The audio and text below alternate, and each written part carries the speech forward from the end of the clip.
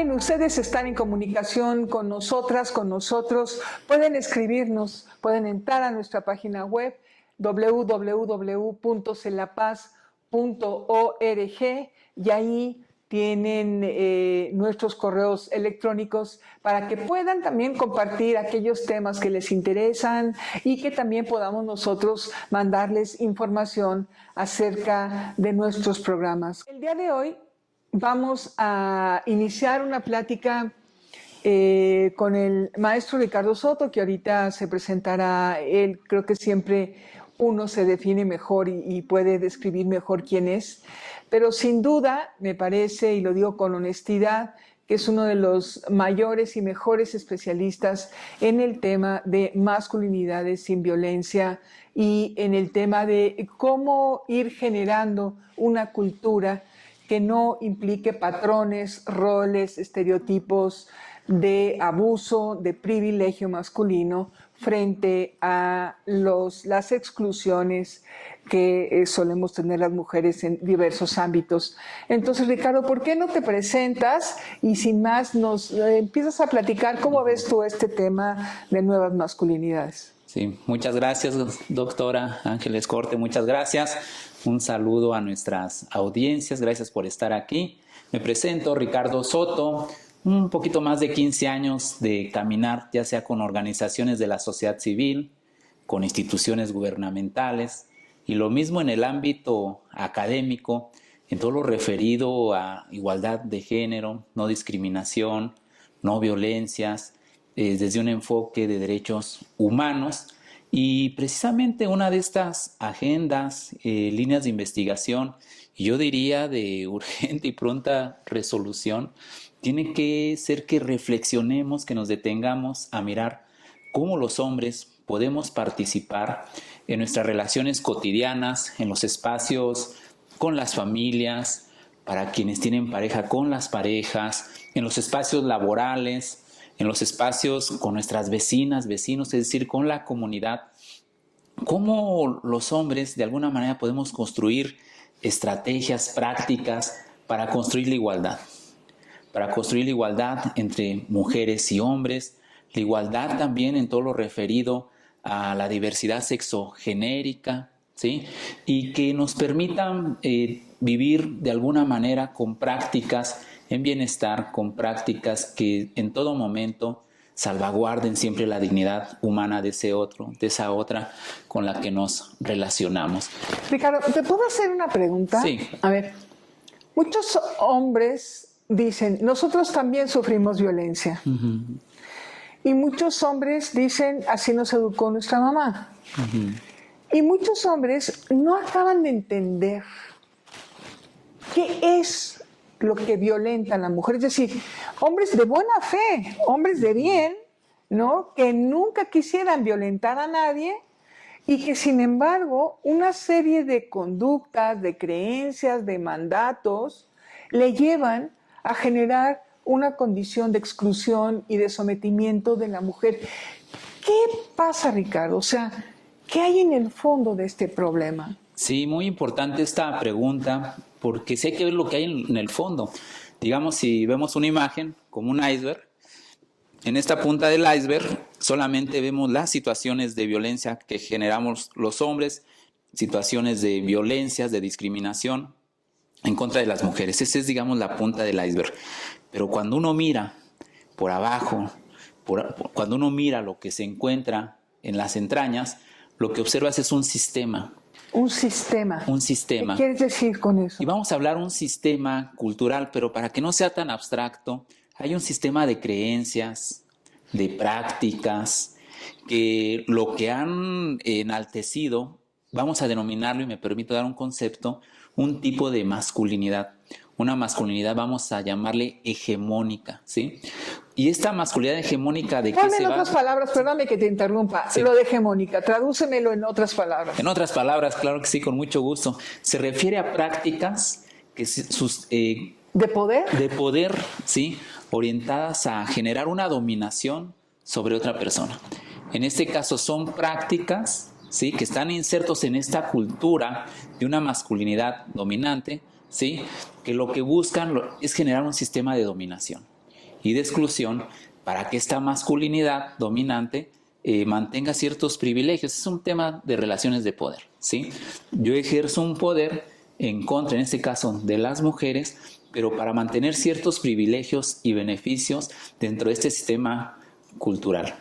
Ricardo, pero yo te diría, es que no es o diría, puede decir un hombre, es que no es un poder mío, sino es porque ese es su mandato, porque es mi esposa, porque ese es su mandato, porque es mi hija, porque ese es su mandato, porque es mi madre. Es decir, hay toda una concepción como si estuviera en la naturaleza de las cosas que hiciera posible este privilegio y este mandato sobre las mujeres, ¿no? Yo no hace mucho estuve hablando con una mujer que se separó de su marido porque a ella le ofrecieron un trabajo, ella había dedicado toda su vida al cuidado de los niños ya eran realmente adolescentes, le ofrecieron un trabajo, el marido no la dejó que trabajara, cosa que ya es algo fuerte, y luego la acusación que hubo en el divorcio es que ella había descuidado sus labores domésticas, ¿no? Cuando el marido no hace una sola, no levanta una taza, no hace una cama, ¿no? Y pareciera ser que la cultura le daría la razón al hombre. Es que, claro, la mujer ha descuidado, lo has escuchado tú 1000 veces, ha descuidado a su familia porque ha salido a trabajar. ¿Cómo es posible, o desde dónde, de este poder del que tú hablas, articulamos este discurso? O sea, ¿cómo naturalizamos conductas que en realidad son contrarias al respeto de la autonomía de las personas? Sí, y aquí es clave, digamos, esto de los mandatos, digamos, regresemos a este sistema cultural basado en creencias, prácticas, donde, repito, van a privilegiar un tipo de masculinidad y el aspecto clave son los mandatos, ¿sí? Hay unos mandatos basados, anclados en un sistema tradicional, donde, digamos, si pensamos en una jerarquía, pareciera que la figura masculina va a estar con un poder sobre, en este caso, sobre las mujeres, pues también sobre las niñas y niños, también sobre personas mayores, ¿sí? Ahora estos mandatos, digamos, se van internalizando desde que somos pequeños los hombres. Y este es el aspecto fuerte, porque esta internalización, este mandato, se va construyendo en nuestra identidad masculina. Es decir, se va enseñando desde pequeños, ¿sí?, que para ser hombre, ¿sí?, debes demostrar siempre el uso de la fuerza, siempre el poder. Para ser hombre, y desde pequeño se nos va formando una y otra vez, no mostrar los afectos y los sentimientos. Porque lo que dice este mandato es que te tienes que alejar de lo femenino. Y entonces este mandato construye roles tradicionales, y uno de estos roles es que tú, hombre, tienes que ser fuerte, debes tener siempre el poder. Y no muestres debilidad, no muestres aquello que te acerca a lo femenino. Entonces ahí se empieza a construir esta separación, ¿sí?, entre lo masculino y lo femenino. Y no solo eso, Uno, demuestra siempre poder. Dos, aléjate de no expreses emociones, no expreses sentimientos.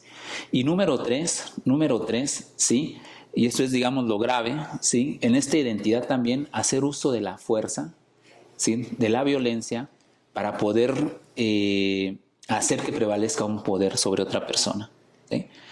Entonces, son características que están en una cultura, vamos a llamarle, y regreso a este concepto hegemónico, de una forma que desde pequeños nos van socializando, nos van formando en cuanto a la forma de ser hombres.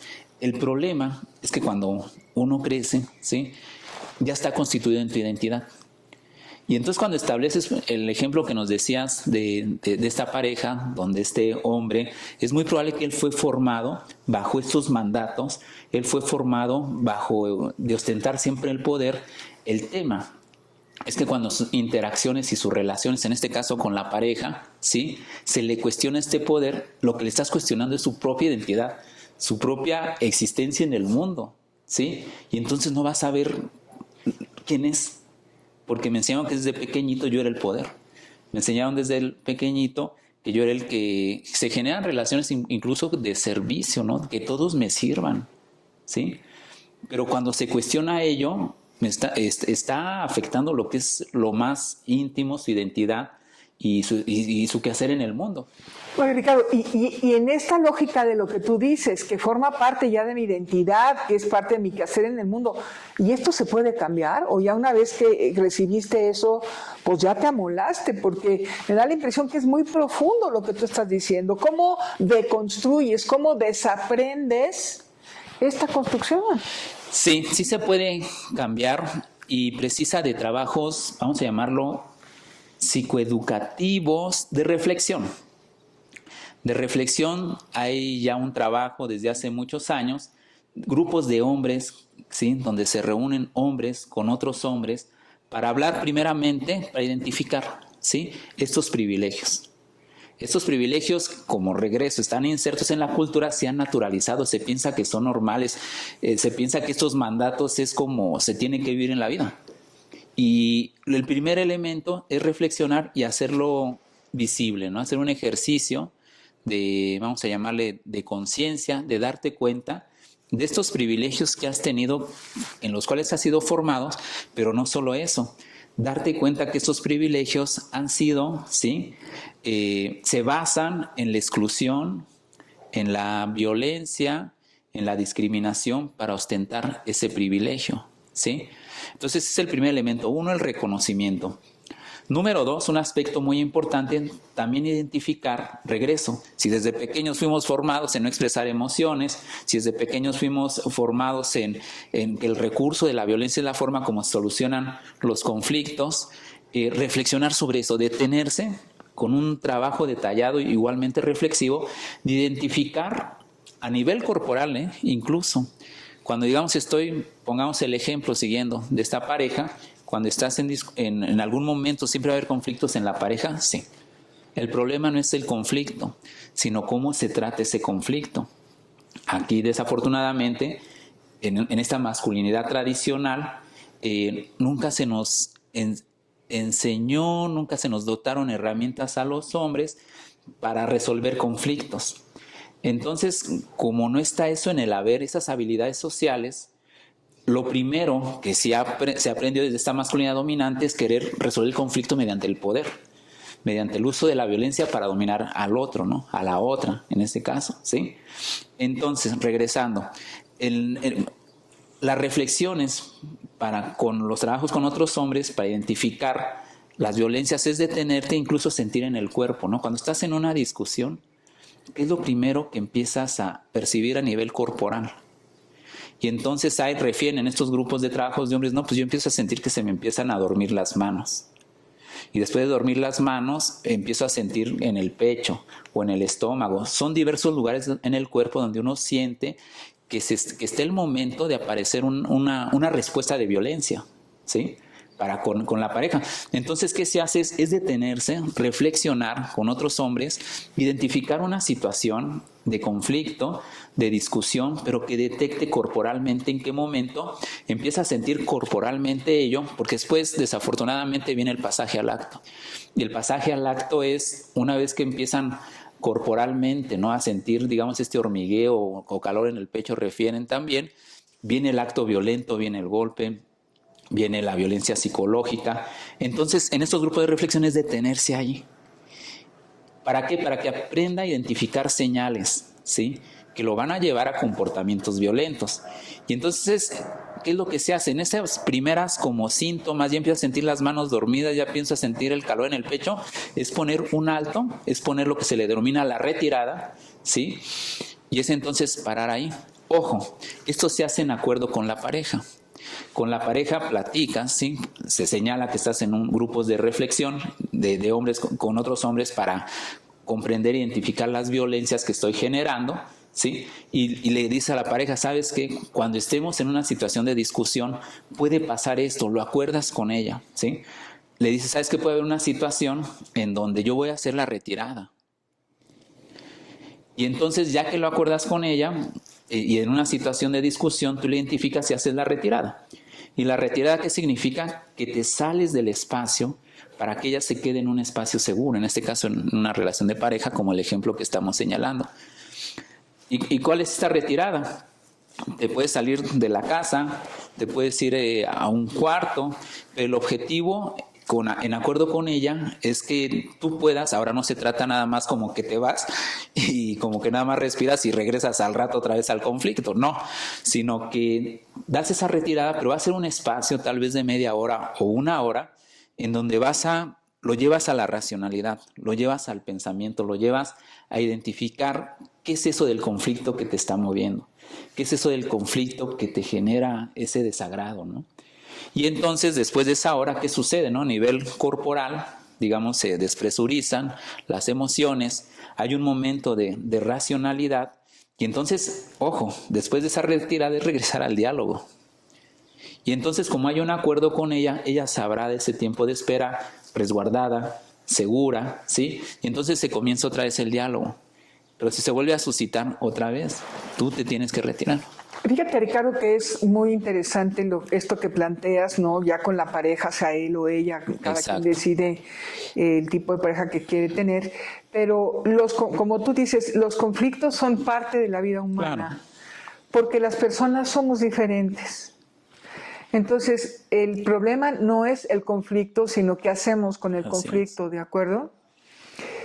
¿Es correcto decir que detrás de todo conflicto hay emociones que es necesario identificar y no dejar a que si tiraste el vaso o me quitaste mi pluma o no me dejaste la quincena, no solo en los hechos, sino es necesario identificar los sentimientos y en ese sentido distinguir entre hombres y mujeres lo que suele suceder en los conflictos? Sí, con toda, muy, muy importante esto que señalas. El conflicto siempre va a existir. Yo quiero esto, la otra persona quiere esto. A veces coincidimos, a veces no. A veces queremos lo mismo, ¿sí?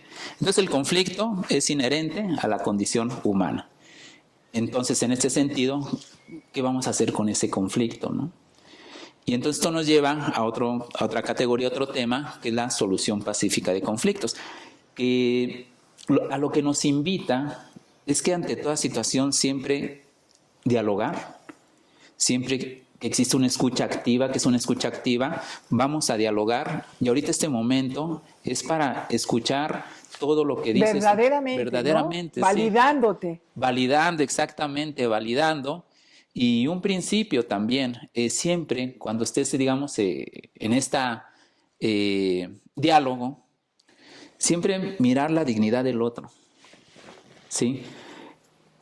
Probablemente sí vayamos a discutir ideas fuertes, pero siempre cuidando a la otra persona, ¿sí? Siempre cuidando en todo momento las palabras que utilizo, ¿sí? Pues no le lastimen, no le pongan una condición de violencia, ¿sí? Pero sí un encuentro verdadero en ese sentido, ¿no? Entonces el problema no es el conflicto, sino qué hacemos con este conflicto. Entonces, desde esta perspectiva, ¿no?, que acabo de señalar, donde los hombres reconocemos las violencias a nivel corporal, esta estrategia de la retirada, regresar, ¿sí?, y seguir con el diálogo es muy importante. Pero no solo eso, también esto es como una tarea, ¿no?, que también se les puede invitar a los hombres, es elaborar algo que se denomina un plan de igualdad. Es hacer un listado, digamos, dentro, por ejemplo, en el espacio de los hogares, de las familias, cómo yo puedo contribuir con un plan de igualdad, ¿sí? ¿Qué prácticas puedo hacer? Estábamos hablando, por ejemplo, ahorita el tema de las actividades domésticas. ¿Qué significaría un plan de igualdad dentro de los hogares, dentro de las familias, quienes los habiten, en esta diversidad de familias que hay en México? ¿Cómo sería el plan de igualdad en actividades domésticas? ¿Cuántos viven en ese espacio? Y en ese espacio delimitar muy bien tareas que permitan a quienes ahí conviven en el trabajo doméstico. Me refiero a actividades de lavado, actividades de limpieza. Son diversas, ¿no?, las que se precisan. Cómo quienes habitamos ahí podemos de una forma dividir tiempos, horarios, de tal modo que permitan, por ejemplo, en condiciones de igualdad, habitar ese espacio. Como en un esquema de corresponsabilidad. De corresponsabilidad, exactamente, un esquema de corresponsabilidad. No olvidar esto, ¿no? Finalmente los seres humanos nos movemos en diversos espacios, ¿no? El espacio laboral, el espacio familiar, el espacio social y el espacio personal. Entonces es una lógica que podamos estar viviendo, habitando esos diversos espacios, pero en condiciones de igualdad. Claro. Ricardo, una última pregunta. A ver, si un hombre intentara ser consciente de esta masculinidad hegemónica y si quisiera de verdad comprometerse, ¿qué señales puede ver en las otras personas, en las mujeres con las que se vincula? ¿Qué señales puede ver para saber que de verdad está haciendo eso? Porque él puede decir, yo lo quiero hacer, me invento mis maneras de hacerlo y se acabó, ¿no? Me parece que más bien tendríamos que ver las señales afuera que evidencian nuestras decisiones. Te voy a poner un ejemplo. ¿Puede la persona con la que me vinculo, persona o personas, tomar sus propias decisiones y yo las respeto? ¿Puede la otra persona expresar lo que siente y yo no lo critico, sino que intento entenderlo? ¿Qué otras cosas de este tipo nos ayudarían a tener como la prueba, el test de que de verdad un hombre no está ejerciendo violencia contra las otras personas, en específico las mujeres o niñas? Esto escucho, ¿no? Toma decisiones, valoro sus sentimientos, me preocupo por sus necesidades, por ejemplo, no solo por las mías, ¿no? Sí, un elemento importante que hay que hablar nuevamente es de esta masculinidad, pues vamos a llamarle dominante, ¿no? Que es la que acabo de señalar, o hegemónica, ¿no? Que es la que quiere tener el poder, que domina, etcétera. Uno es darse cuenta que tiene que romper con relaciones de servidumbre. Porque esta masculinidad hegemónica se construye pensando que va a recibir servicios de todas las personas con las que se relaciona. Entonces, de verdad, ese es como un primer criterio, ¿eh? Romper con esta idea que los otros te sirven. Nadie es medio de nada. Cada persona es un fin en sí mismo, ¿no? Y en un hogar, en una relación, analízate y pregúntate si la estás viendo a las personas con quien convives como un fin en sí mismo o generas relaciones de servidumbre. Entonces ese puede ser un indicador, que revises cómo te comunicas, cómo te relacionas, y estás construyendo estas formas de servidumbre que al final son formas de dominación para tener ciertos privilegios. Les pongo un ejemplo. Digamos un hogar, una familia tradicional en México, donde muchas veces en este tema de cuidados, el tema de cuidados de personas mayores, ¿sí? Y vamos a pensar en una familia tradicional, hay 2 hijas, 2 hijos, tienen una familia tradicional, papá y mamá, ellos ya son mayores, más de 80 años, vamos a pensar, ¿sí? La pregunta es, ¿quién se va a encargar muchas veces de los cuidados de las personas mayores? Y entonces en esta cultura, vamos a llamarle tradicional, se ha pensado, se ha construido algo, permítanme darles este concepto, división sexual del trabajo, ¿no? En este concepto de división sexual del trabajo, se ha asignado de manera tradicional a los hombres las actividades desde el trabajo, ser productivos, y el espacio público, el lugar del trabajo, donde es remunerado, reconocido, etc. Y en esta sociedad tradicional, en esta división sexual del trabajo, se ha construido que lo femenino, que a las mujeres les corresponde el espacio privado, el espacio del hogar, el espacio de los cuidados, ¿no?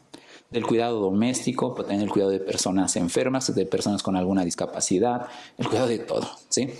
Entonces, de lo que se trata es de construir esa división sexual del trabajo para participar de forma igualitaria, ¿sí? En todos estos espacios. Pero regreso, ¿no? ¿Qué es lo que hay que mirar y atender de manera específica ahí? Darte cuenta, sí, que en esta división sexual del trabajo, y regreso al ejemplo de esta familia donde quien cuida a las personas mayores, hay 2 hijos y 2 hijas, ojo, en esta división sexual del trabajo tradicional terminan dejando a las hijas que cuiden a las personas mayores. ¿Y dónde está aquí el tema del privilegio? Pensemos un fin de semana. Un fin de semana donde se requiere llevarles al hospital, donde se requiere todo lo que es el aseo, el aliño personal de estas personas mayores, darles el medicamento, ¿sí? Y donde en esta construcción tradicional de división sexual del trabajo, donde a las mujeres se les ha destinado el trabajo del cuidado, sus sábados y domingos los terminan destinando al cuidado de papá y mamá ya mayores. Mientras los hombres, su sábado y domingo es de libertad. De fútbol. De fútbol, exacto. De fútbol. A esos privilegios me refiero. Que tu programa, y tienes todo el derecho del esparcimiento, por supuesto, ¿no? Pero, ¿a costa de qué? A costa del tiempo de mujeres que están en el cuidado y tú en el espacio de diversión. Eso es un privilegio. Esto es lo que hay que deconstruir. Y son como otra vez, como las pequeñas señales o grandes señales que nos dicen que estás en una situación de construcción de desigualdades y que estás de alguna manera violentando, ¿no? También el derecho al tiempo, al esparcimiento. Ricardo, hay por ahí una afirmación que dice que el tiempo no discrimina porque beneficia a todos por igual. ¿Qué opinarías tú de esta afirmación? No, digamos, bueno, el tiempo per se, no discrimina, es el uso del tiempo, pero sí, ¿qué dirías? No, digamos que esta afirmación, digamos que es como mirar como si todas y todos fuéramos iguales. Pero no hay que mirar condiciones específicas. Y en este caso, entre mujeres y hombres, hay que dar cuenta que este tiempo se ha construido diferente. No es el mismo uso del tiempo, ¿sí? En este caso, ¿cuál ha sido? De que ese tiempo, regresemos al tema del cuidado, se ha destinado para las mujeres, ¿no? Y para los hombres es el espacio de la diversión, el espacio público, el espacio del reconocimiento, ¿sí? Entonces, nuestra afirmación, digamos, que no tiene este criterio, vamos a llamarle de mirar lo diverso, ¿sí? Esta afirmación pareciera como que todas y todos somos iguales, pero no, hay condiciones materiales concretas que en lo cotidiano nos demuestran que no. O sea, no beneficia a todos por igual. Exactamente. Ok. Ricardo, ¿tú das algunas clases, algunos cursos en Otro Tiempo y en Celapaz? Sí. Precisamente tenemos dentro de Celapaz y dentro de Otro Tiempo un curso precisamente que nos habla sobre las nuevas masculinidades. Es un curso que está dirigido para todas y todos los integrantes, por ejemplo, de las familias. También este curso está orientado de manera específica si se precisa trabajar con adolescentes o con personas adultas, ¿sí? Y también un círculo de reflexión muy específico, precisamente para hablar sobre esto de las violencias y cómo generar estrategias para construir relaciones más igualitarias y relaciones de paz. Digamos, son dos tipos de cursos, de talleres, uno dirigido para todas y todos los integrantes, puede ser también para instituciones, participan mujeres y hombres y hablamos sobre esto de las nuevas masculinidades, pero también hay un grupo específico, que este es otro, donde es un encuentro de hombres con hombres, entre hombres, para hablar precisamente de procesos de deconstrucción de estos mandatos que nos han llevado a una situación de desigualdad y discriminación como la que estamos. Si alguna persona de nuestro público estuviera interesada en escribirte para pedirte información o para pedirte bibliografía, etcétera, ¿qué correo electrónico tienes, Ricardo? Sí, el correo es el de ricksoto@celapaz.org.mx. Rick, R-I-C, Soto, S-O-T-O, todo seguido, sin puntos. Sí, sin puntos. Ok, @celapaz.org. Así es, .mx. .mx, muy bien. Pues ahí tienen el correo electrónico de Ricardo, al cual se pueden comunicar. Por supuesto, vamos a tener muchas otras conversaciones sobre este tema. Si usted incluso tiene una situación en específico que le preocupe, escríbanos y con mucho gusto Ricardo y este programa, su servidora, se lo resolvemos a efecto de que podamos realmente en estos momentos de diálogo resolver aquello que nos importa, nos importamos, nos interesa. Ricardo, muchísimas gracias por haber estado hoy con nosotras y si nos dijeras una conclusión final, ¿qué dirías? Muchas gracias, Ángeles, por esta invitación. Gracias a Celapaz, a Otro Tiempo por estas reflexiones. Y finalmente me dirigiré a los hombres que nos están viendo, ¿sí? Frente a toda situación de violencia, discriminación que observes o que participes, haz algo para evitarla, haz algo para erradicarla, nada más. Fíjate qué importante, no permanezcas al margen, ¿no? Exacto. Como si no fueras testigo de una situación, sino que actúa por lo menos diciendo no, alto, para, ¿no? Lo Así que es, fuera. no participando en chistes misóginos, no participando en situaciones de discriminación. Cuestionarte, es una invitación a que reflexiones sobre qué privilegios tienes hoy en día, pero que ha llevado a situaciones de desigualdad y de discriminación con las personas que convives. Ricardo, ¿se puede ejercer violencia a través de los chistes? Sí, claro, por supuesto. ¿Por qué? Bueno, el chiste se ha pensado como, la broma, es como, no pasa nada, un chiste en contra de las mujeres, un chiste en contra de la diversidad sexogenérica, pero no es un chiste. Finalmente esta realidad se construye a partir del lenguaje y de palabras, ¿no? Entonces pareciera que es un chiste que se suelta, pero no, estás contribuyendo a una cultura, regresemos, creencias, valores que yo termino actuando y se terminan naturalizando, ¿sí? Entonces no es solo un chiste, son palabras que construyen realidad, y entonces ese chiste ingenuo, no, tú estás participando en una cadena que se va eslabonando culturalmente de ciertas formas y ciertas prácticas que terminan violentando y discriminando. Qué interesante, además, qué interesante conclusión a esta charla de Otro Tiempo México y desde La Paz. Y bueno, pues ahora sí, nos despedimos. Sí. Nos vemos la semana que entra. Sí, hasta luego. Muchísimas gracias. Hasta luego.